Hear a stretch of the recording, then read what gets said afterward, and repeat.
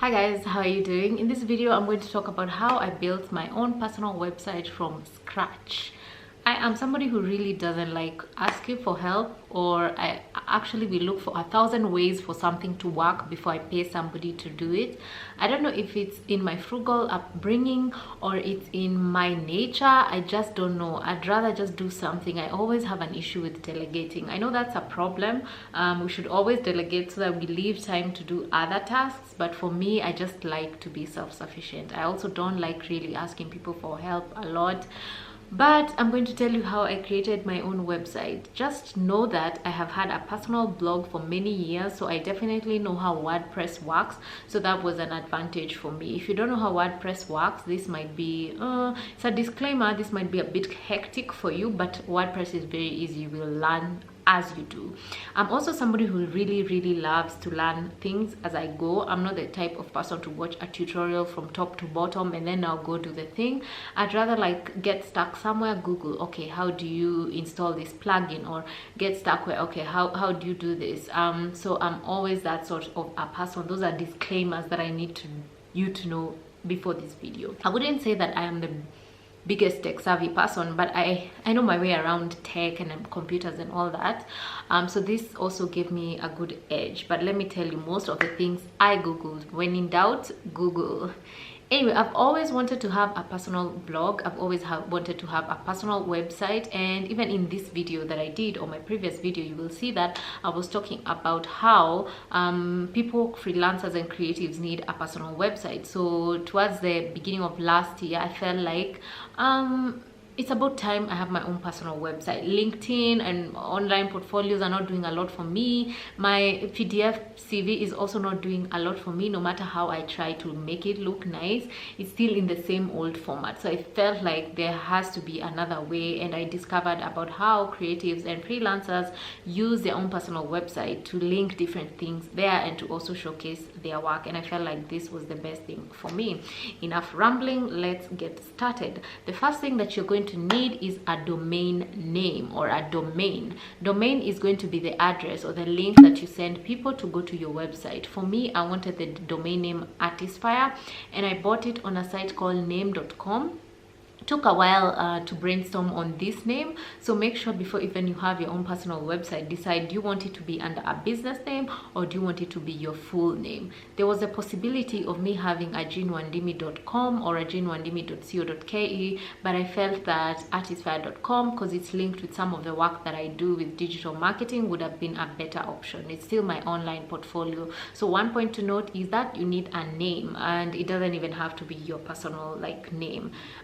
This is also a branding like conundrum that I was going through, whereby I was wondering, okay, do I need to have my personal website? It is my website, it should be jeanwandimi.com, or can I use any other name? And I can tell you for a fact it doesn't matter. Whatever you want to do, a personal website can still have another name. So that is the first thing you need, and I bought it on name.com. The other thing I needed to do is look for my hosting provider. So I looked for a hosting provider called hostgator.com. So when you have a domain name, that's just your address. Maybe I'll explain this like in layman's terms, and tech people can definitely fact check me in the bottom, but I want to explain this in as simple as possible. So when you have a domain name, that's your address or your shop or your home or whatever, and then the hosting is the person that is going to house you, or the person that you pay rent to. Because when it comes to the website, or when it comes to the internet, you're actually paying for that kind of hosting, for somebody to host your website or your domain name in the cloud. So you have to really pay for that. And then I came across a hosting provider called HostGator. I looked at their shared plans, and I think they had like a baby plan, which was, is it $11.95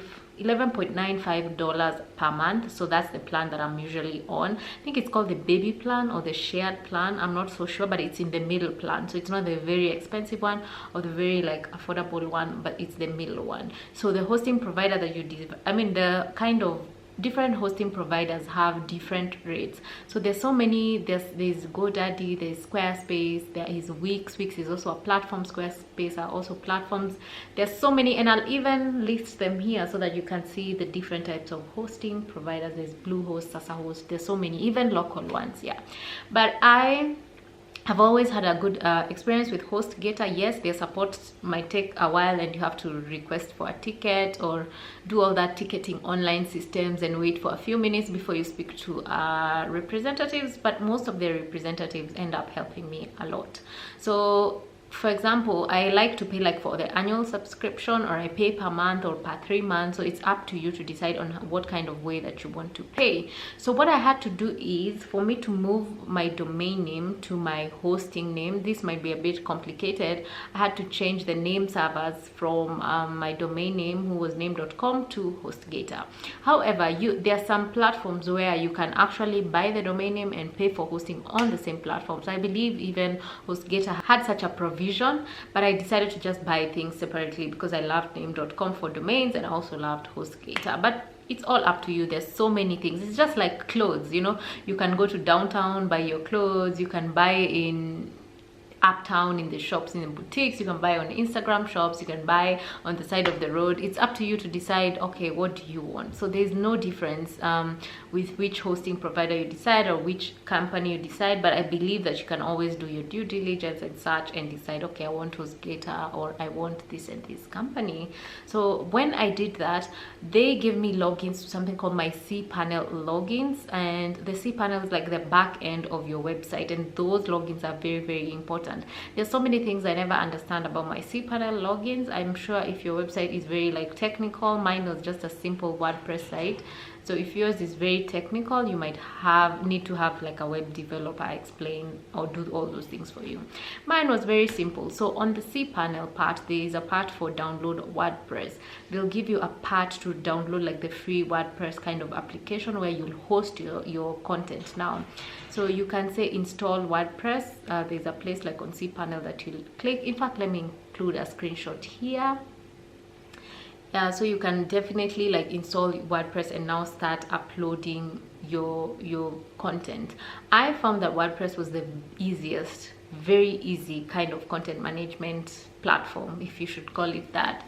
WordPress was really easy for me because all I had to do was upload the blog post, upload the pages, like my home page, my about page, and all those things, and it's very easy to customize. And also what I loved about WordPress was that you can really like back up your stuff. Like if you're doing any major changes, you can back up most of your content somewhere using a plugin, and you can be able to reinstall it later.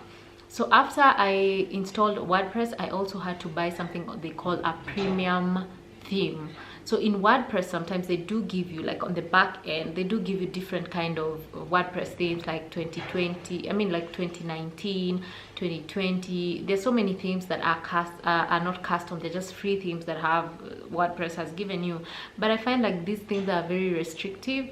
I went to ThemeForest. There's a website called ThemeForest, which I'll link here, and I bought a custom theme. So here you can be able to buy different WordPress themes. So when I included my custom theme, they did send me like theme documentation, logins, and all that. So I installed the theme, and I also put my license. They also give you a license for the theme, and after that, everything was now easy. It was up to me to customize. So here is where YouTube comes in handy. All these things I'm telling you, you have to really look at tutorials, you have to look at demos for that theme. Demos are like people showing how the theme are used. I also had to join like different Facebook groups to be able to learn how to use the theme. For example, there's a time my theme just went crazy and I couldn't do anything, so I had to go to Facebook and enter different support groups. Trust me, when you have a tech problem, you'll find a way. I think everybody who deals with tech in any aspect can relate to this. Googling, joining Facebook groups, looking at Reddit threads. I actually went to Reddit, oh my god, to look for solutions, going to support. Yeah, so those are some of the things I had to go through. And then in your theme, you'll just find how your theme works and you'll be able to customize. For example, I always like page builders or drag and drop things. Those are my favorite because you just have to drag, like for example, a word, you drag an image, you drag, customize the font. You don't have to do it in code, especially if you're not really proficient in HTML or CSS. Is it called CSS? All those languages, I do not know. If you're not proficient in those things, trust me, you'll find it a bit hectic. I love to just use the normal like page builders without going through the code part or the HTML part, and everything has been smooth sailing so far. However, I have found different hiccups. The hiccups that I have found are either I forget like my domain is expiring and my site goes down, or I forget to pay for because I've linked my website to my card. Sometimes the card doesn't have money, so the card that I use for online payments maybe doesn't have money, and my site goes offline for a day, and then reconnecting it is a bit hectic. So those are things that you have to watch out for, and look for online resources to be able to help you create a website. But I believe that you don't have to be charged an arm and a leg to create a very simple like website. You can do it yourself if you have the time, first of all, and the energy and the patience, because it takes patience. Trust me, I have cried because of my website. I've been so frustrated in the dead of night. I'm on page 9 of Google looking for solutions for a website, and I'm so frustrated that I just have to just cry. I've been through that. Or you're trying to get a solution for something and people are not helping. Ugh, it's been so hectic. But through those frustrating moments, I've been able to learn and to see what works for my website. I've been able to do so much by myself. I've been able to, for example, include like different subscription sites. I've been able to include my page the way I want it to be included for my online courses as well. I've been able to do the pages myself. There's just a joy in being able to like do stuff for yourself.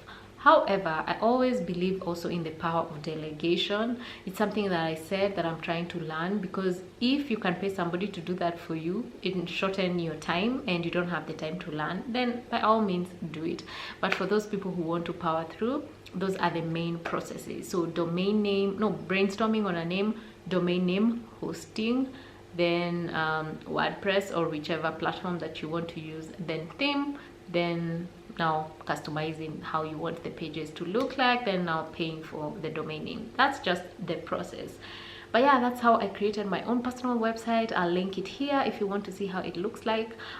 It's definitely a work in progress, I'll have to say. It's not complete so far. I feel like it's even like 40% complete, but so far I'm really proud of my work and I'm proud of it, and it's actually my online and digital portfolio. So yeah, that's how I created my own personal website. And yeah, if you have any questions, leave them down below, or if you have answers to any questions asked, and let's say you're a web developer, leave them down below. Thanks for watching. Bye.